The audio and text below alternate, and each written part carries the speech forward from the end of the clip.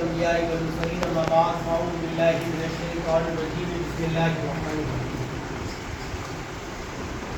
الحج والعمرة لله صدق الله العظيم مرتبہ درود پاک پڑھیے اللہم صلی علی سیدنا محمد علی اکرام و صلی اللہ علیہ وسلم صلاۃ و سلام علیہ ٹوپی اور رومال رکھ دیجیے ٹوپی اور رومال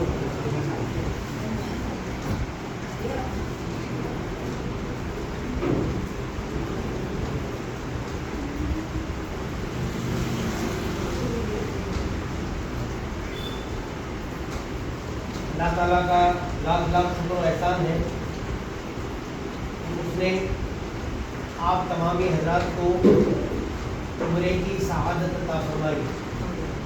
آپ ماشاء اللہ اللہ تعالیٰ کے گھر کی زیارت کے لیے مکہ مکرمہ جائیں گے اور پھر مکہ مکرمہ کے بعد مدینہ منورہ آپ کی انشاءاللہ حاضری ہوگی.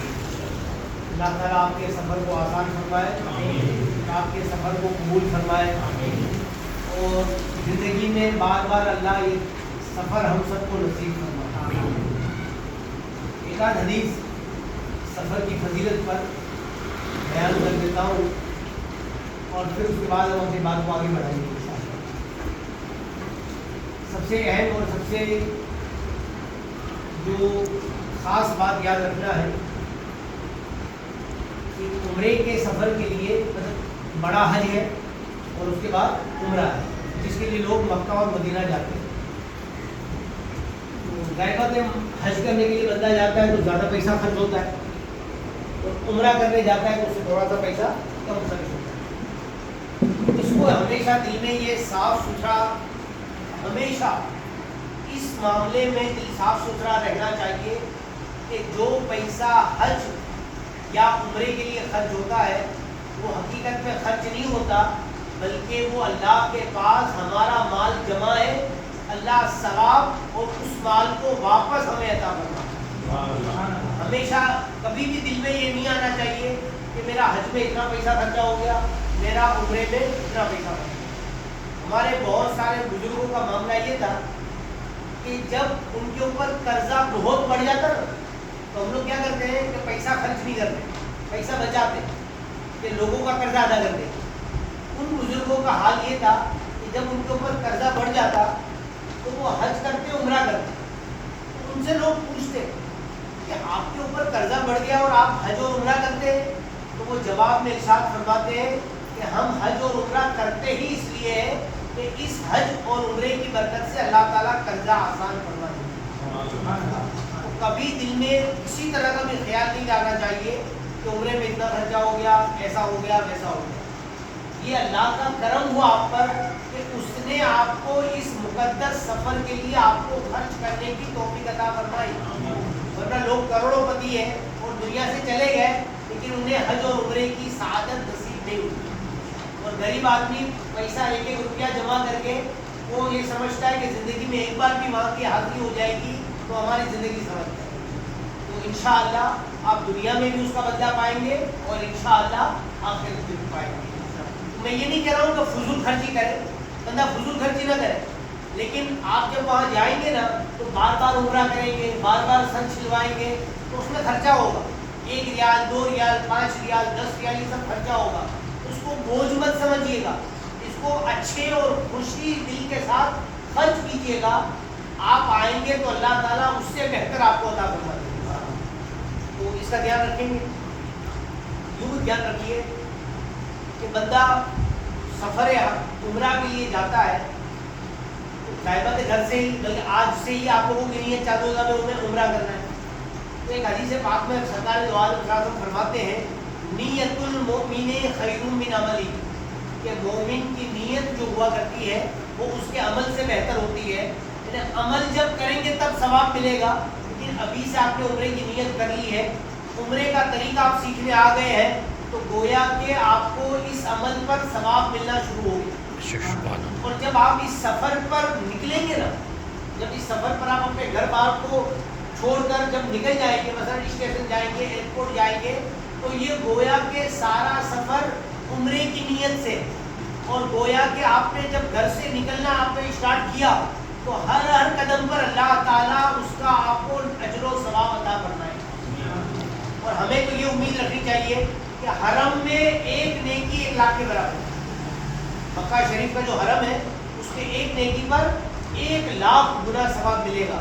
تو جو ہم سفر بھی اس شہر کی طرف کر رہے ہیں تو اللہ اس بات پر قادر ہے کہ وہ ایک قدم پر بھی ہمیں 1 لاکھ نیکیاں عطا فرمائے۔ بس جتنی نیکیاں ہو، 1 لاکھ ہو یا 1 نیکی ہو، اللہ اس میں خلوص دے اور اسے اپنی بارگاہ میں قبول فرما لے تو وہی 1 نیکی ہم سب کے لیے نجات کا ذریعہ۔ تو یہ سمجھ لیجیے کہ آپ جب وہاں مکہ مکرمہ میں رہیں گے تو آپ کے ٹور کے حساب سے 7 دن 8 راتیں یا 8 دن 7 دن جیسا بھی ہوگا وہ آپ کو بتائیں گے۔ تو 7 دن میں 10 عمرے کریں گے، جتنے جوان جیسی ہمت اور جیسی طاقت۔ ایک دن میں آپ 2 3 عمرے کر سکتے ہیں، آپ کی طاقت پر ہے، شرعی اعتبار سے کوئی مسئلہ نہیں۔ آپ دن میں 5 عمرے کیجیے، دن میں 1 عمرہ کیجیے، کوئی حرج نہیں۔ تو 1 عمرہ آپ نے آج کیا، آدھے گھنٹے کے بعد دوسرا عمرہ کی ایک مثال دے رہا ہوں۔ ان دونوں عمروں کے درمیان حدیث پاک میں اللہ کے رسول ارشاد فرماتے ہیں کہ 1 عمرے سے دوسرا عمرہ، کہ جب بندہ 2 عمرے کرتا ہے اس کے درمیان جتنے گناہ ہوتے ہیں یہ عمرے ان گناہوں کا کفارہ ہوتا ہے۔ سبحان اللہ۔ تو ایک بات ہمیشہ دھیان رکھیے، سونا، کھانا پینا، گھومنا پھرنا، شاپنگ، یہ پیسہ ہوگا نا تو آپ دنیا میں کہیں نہیں کر سکتے۔ آج جب عمرہ کر کے آئیں گے نا تو آپ بامبے میں 10 گھنٹے رک لیں گے نا تو ساری خریدی ہو جائے، اور بامبے میں دنیا کی ساری چیزیں مل جاتی ہیں۔ بے شک، بے صحیح بات۔ آپ مکہ اور مدینہ شاپنگ کرنے نہیں جا رہے، اس کو یاد رکھیے۔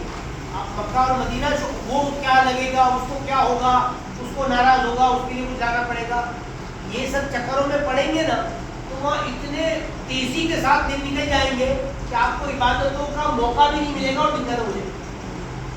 تو میری گزارش یہ ہے کہ بہت کم سے کم خریدی میں ٹائم نکالیں، بہت کم سے کم۔